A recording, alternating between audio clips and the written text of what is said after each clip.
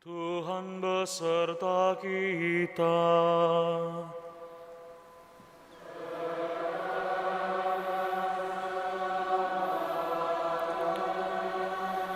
Inilah Injil Yesus Kristus menurut Matius.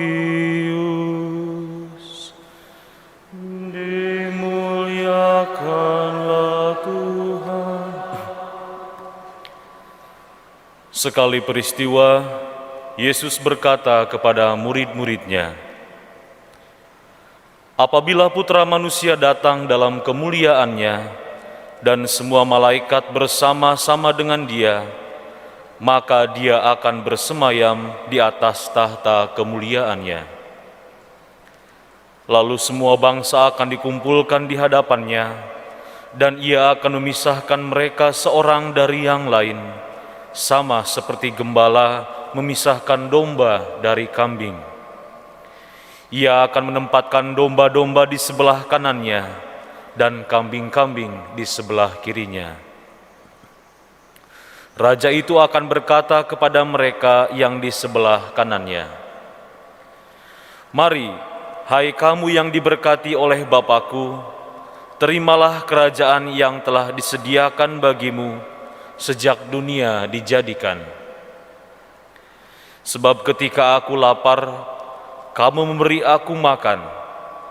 Ketika aku haus, kamu memberi aku minum. Ketika aku seorang asing, kamu memberi aku tumpangan. Ketika aku telanjang, kamu memberi aku pakaian. Ketika aku sakit, kamu menjenguk aku. Ketika aku dalam penjara, kamu mengunjungi aku.' Lalu orang-orang benar itu akan berkata kepadanya, 'Tuhan, kapan kami melihat Engkau lapar dan kami memberi Engkau makan, atau haus dan kami memberi Engkau minum?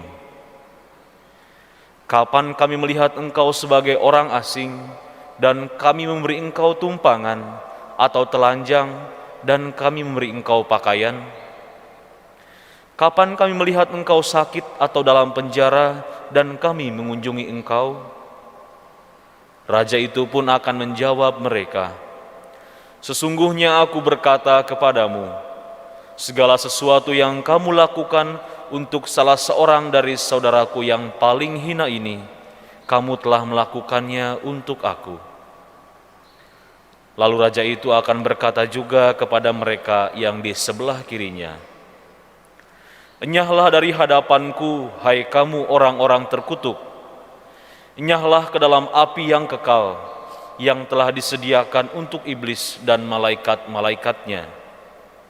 Sebab ketika aku lapar, kamu tidak memberi aku makan. Ketika aku haus, kamu tidak memberi aku minum. Ketika aku seorang asing, kamu tidak memberi aku tumpangan. Ketika aku telanjang, kamu tidak memberi aku pakaian. Ketika aku sakit dan dalam penjara, kamu tidak menjenguk aku.' Lalu mereka pun akan berkata kepadanya, 'Tuhan, kapan kami melihat Engkau lapar, atau haus, atau sebagai orang asing, atau telanjang, atau sakit, atau dalam penjara, dan kami tidak melayani Engkau?' Ia akan menjawab mereka, 'Sesungguhnya aku berkata kepadamu, segala sesuatu yang tidak kamu lakukan untuk salah seorang yang paling hina ini, kamu tidak melakukannya juga untuk aku.' Orang-orang ini akan masuk ke tempat siksaan yang kekal, tetapi orang benar masuk ke dalam hidup yang kekal." Demikianlah Injil Tuhan.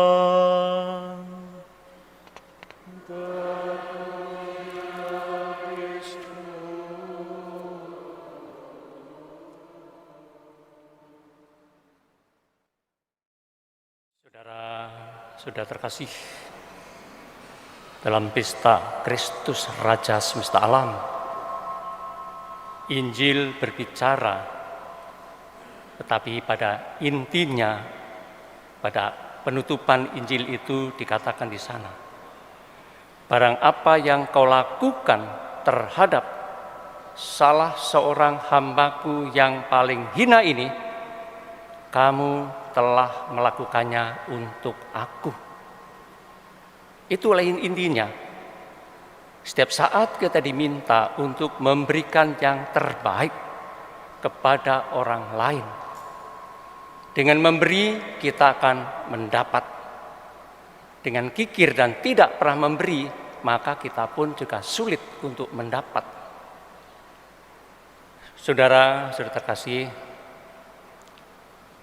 saya ada sedikit cerita saja. Ada satu keluarga, suami istri dan punya 2 orang anak. Keluarga ini baik, rukun. Suaminya sangat setia. Istrinya juga sangat baik. Dia rajin urusan-urusan gereja, rajin urusan-urusan kerja bakti, memberikan pertolongan orang lain, sedemikian sibuknya. Tapi, jadi sering terjadi suaminya di toko pada saat jam makan, maka makan itu sudah disiapkan oleh pembantunya. Istrinya meminta kepada suaminya, "Pak, makan aja dulu, saya kelayani toko, nanti gantian." Selesai makan, istrinya makan, habis makan sering pergi. Entah diajak oleh temannya, "Yuk kita bagi sembako, yuk kita kunjungan ini, yuk kunjungan orang yang sakit ini." Pulang sampai sore. Malam kemudian menyiapkan, membantu anaknya pelajaran sekolah sampai malam. Suaminya menunggu sambil baca koran, nonton TV. Setelah itu istrinya capek mengurus anaknya tadi, langsung tidur. Suaminya menyusul, "Mah, ngantuk?" "Iya, capek." Nah, udah. Dan itu hampir setiap hari.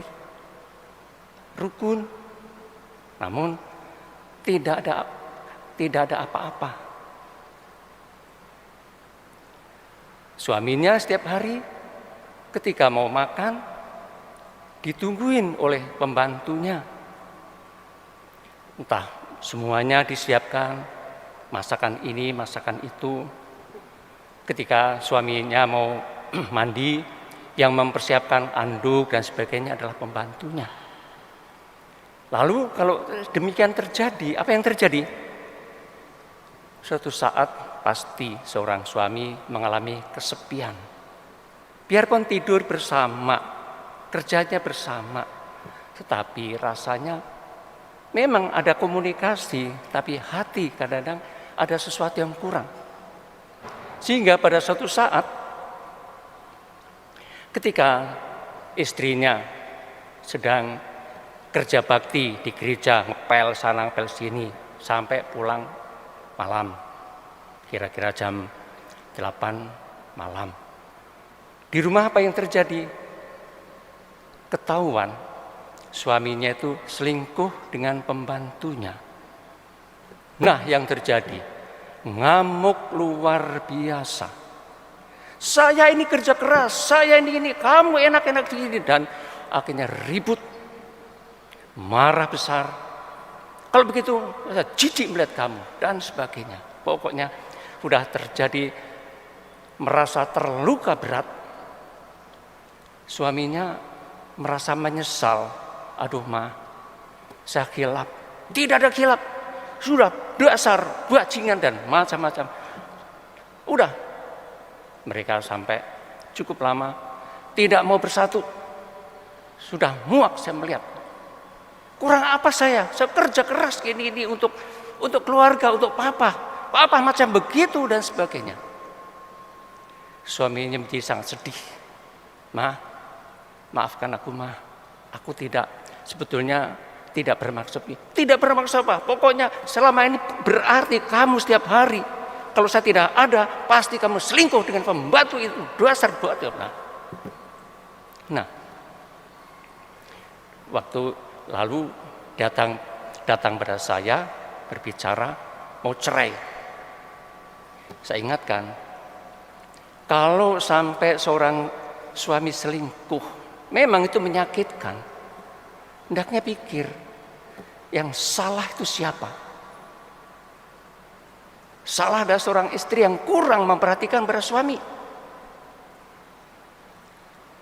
Loh, kehidupan suami istri itu bukannya soal kerja cari duit, tapi juga urusan hati, urusan pelayanan, urusan merasa disayang. Kalau seorang suami tidak pernah merasa disayang, semuanya duit-duit, yang terjadi apa? Kesepian, kekosongan. Kalau orang itu kekosongan, kesepian, yang terjadi apa? Tai kebur rasa coklat.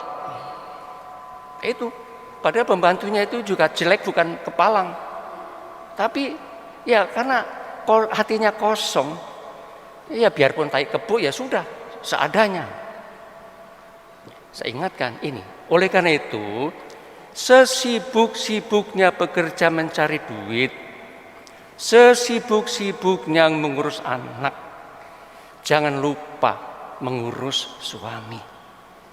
Sekarang suamimu menjadi semacam kain pel, merasa sangat hina di hadapan kamu sebagai istrinya, dan kamu merasa orang yang paling hebat, merasa paling benar.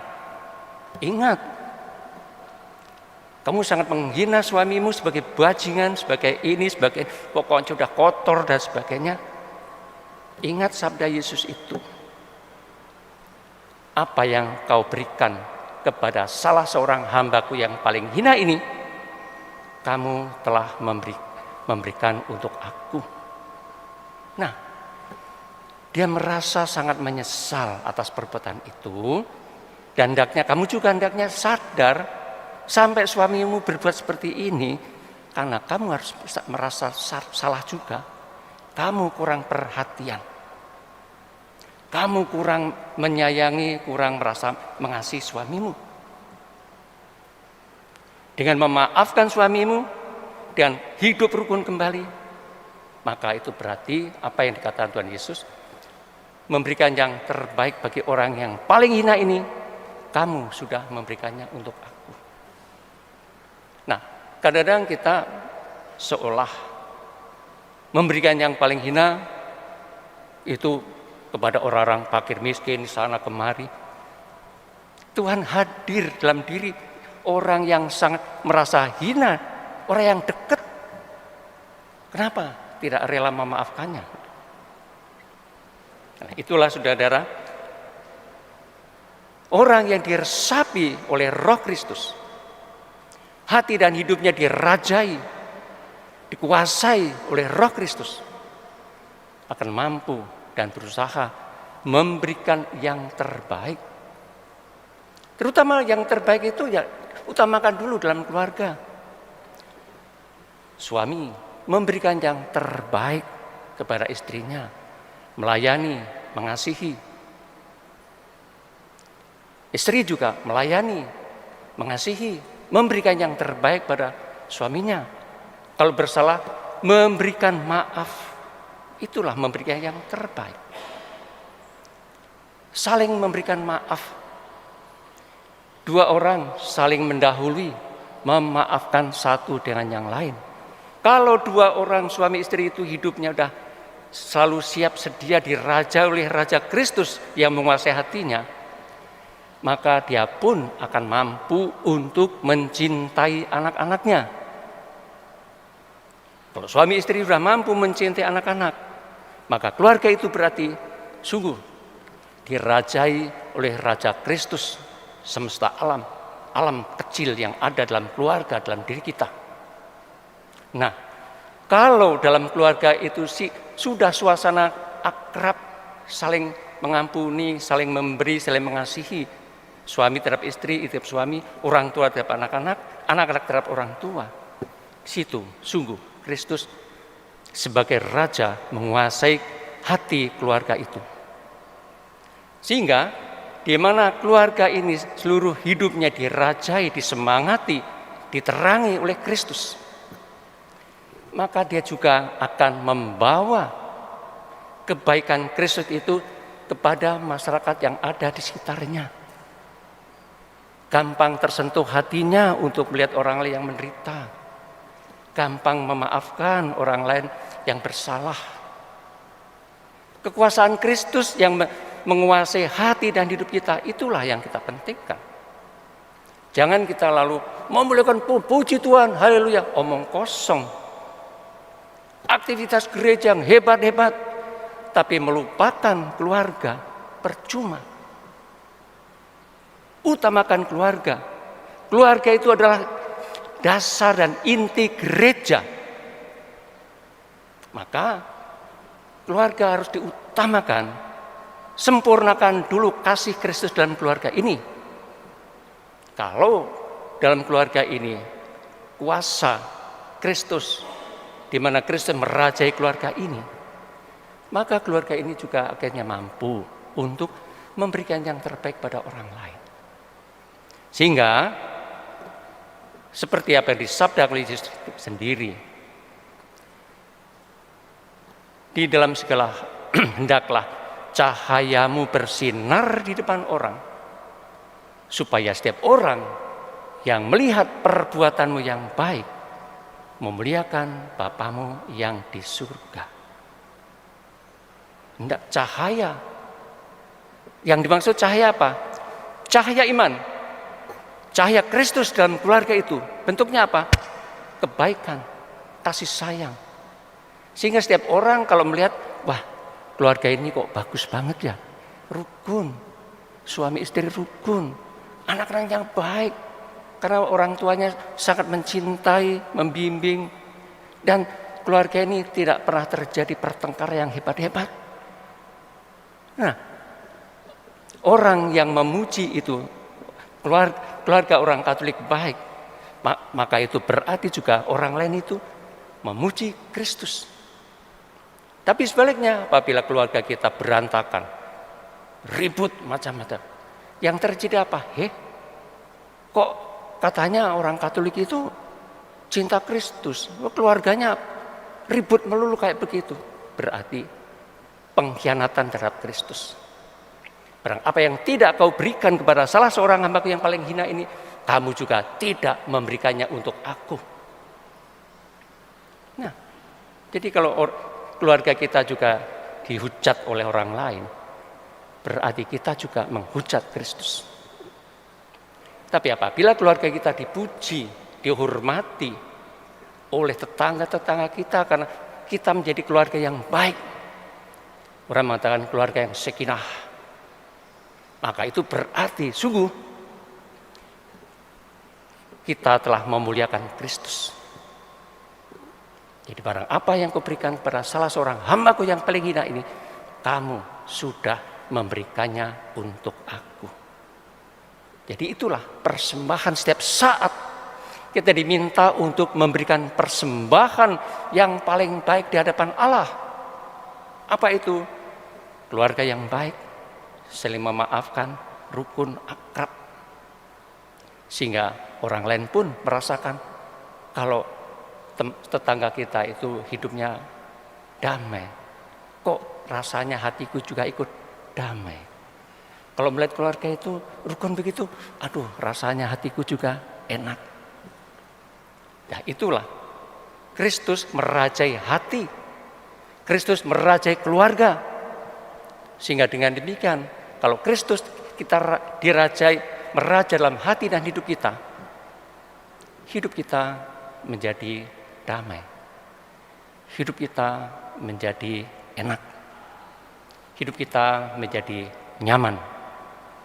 Dan kalau hati kita nyaman, enak, damai, bekerja pun enak, mencari nafkah pun enak, maka disitulah Tuhan senantiasa memberkati kita.